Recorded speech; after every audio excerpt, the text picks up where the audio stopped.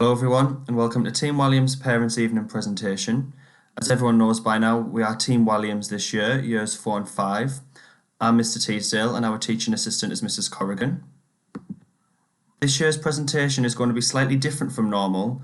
We won't be focusing on introductions or getting to know the teacher, but we will be looking at what we will be doing in class and why. I'm going to start by looking at curriculum recovery, and what this basically means is helping children recover emotionally from the pandemic and their time off school, whilst addressing the gaps in their learning. Our curriculum recovery strategy has three main elements. These are re-establishing the school curriculum, academic catch-up, mental and physical health and well-being.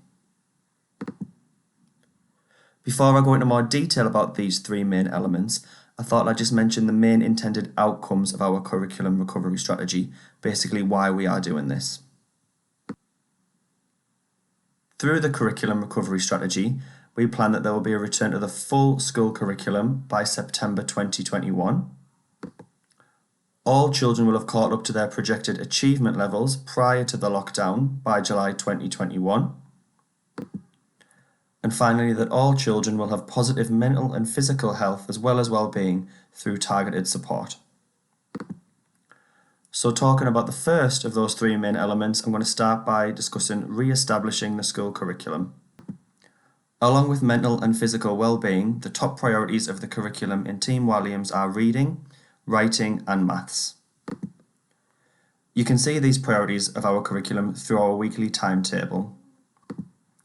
Beginning with 3 taught reading comprehension lessons a week, 4 Mad for Maths sessions per week, and these focus on different areas of the mathematics curriculum and ways to solve a variety of problems, 3 maths lessons per week, and these will focus on one specific area of maths, such as shape, subtraction, addition, place value, statistics, 3 English lessons per week, and at least 2 SPAG lessons per week, which is spelling, grammar and punctuation. Along with the spelling, grammar and punctuation lessons, we also have the weekly spelling test. Finally, we also have 2 Pen Pals handwriting sessions per week as well. We will of course still be doing things like RE, history, geography and art, but this is just to give you an overview of how we will re-establish the key areas of the curriculum in Team Walliams. I'm going to move on now to academic catch-up. When the children returned to school in September, we carried out baseline assessments. These baseline assessments were carried out to evaluate priority areas across the curriculum. So for example, mathematics came out as a key priority area across the whole school as a result of the lockdown. And what these baseline assessments do is allow us to plan effective and targeted support for each individual child as well as the whole class. In order to facilitate this academic catch-up, I thought I'd give you an idea of what a typical day in Team Walliams might look like. So there will be daily reading practice. This might be independent reading for pleasure, one-to-one reading with an adult, guided reading where we work as a group all together, or reading using Mayon. As I mentioned before, we then do Mad for Maths, and this is usually followed by times tables practice or a mental maths test. Typically we'll then have a SPAG lesson which focuses on one key area, such as punctuating speech. Following this is then Pen Pals for handwriting, followed by a maths or English lesson. On the afternoon we'll be working on our reading comprehension skills, and following that might be topic, and this year we've got lots of exciting topics planned, such as World War II, crime and punishment and ancient Greece. And one of the great things about these topics is there's loads of opportunities within them for more reading and writing skills. Continuing with academic catch-up, we've also got an increased focus on outdoor learning this year.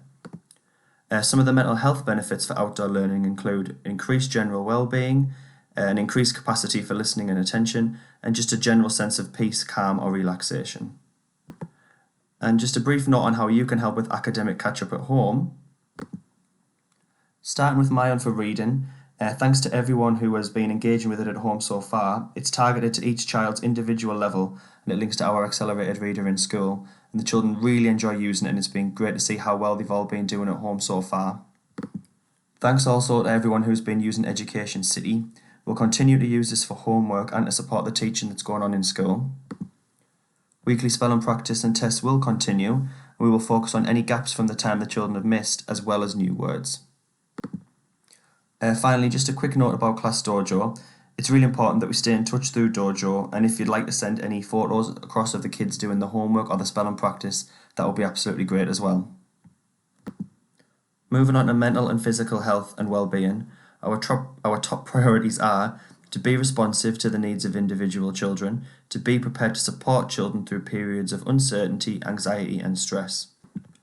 As I said before, we're going to be doing this through outdoor learning, but also around a lot of work around developing emotional literacy. An example of this is the whole school English programme that we're currently doing, based on the book Here We Are, Notes for Living on Planet Earth by Oliver Jeffers. So we chose this book to build a sequence of work around because it provides a powerful vehicle for children to reflect on, and it helps them make sense of the world that we're living in. I'd also like to talk about a few ways that you can help your child with reading, writing and maths at home. First and foremost though, focus on developing an enjoyment and love of reading. And I won't read all of these out, but one of the great things you could do is to talk about the story, talk about it before, during and afterwards, discuss the plot, the characters' feelings and actions, as well as your child's feelings towards the book, how it makes them feel, what they might predict will happen next. Encourage your child to have opinions of their own. And just to remember that all reading is valuable. It doesn't just have to be stories or books. There's nothing worse than if the child really doesn't want to read a story. So reading can involve anything from fiction, non-fiction, poetry, newspapers, football magazines, even things like TV guides. When it comes to writing, one of the great things you could do would be to encourage your child to use a dictionary. They could do it to check the spellings from the weekly spelling test or words that they find tricky within books. They could maybe use a thesaurus to find synonyms and help expand their vocabulary. When it comes to maths, so many of you are already doing this, but one of the most important things you can do is to help your child learn their times tables.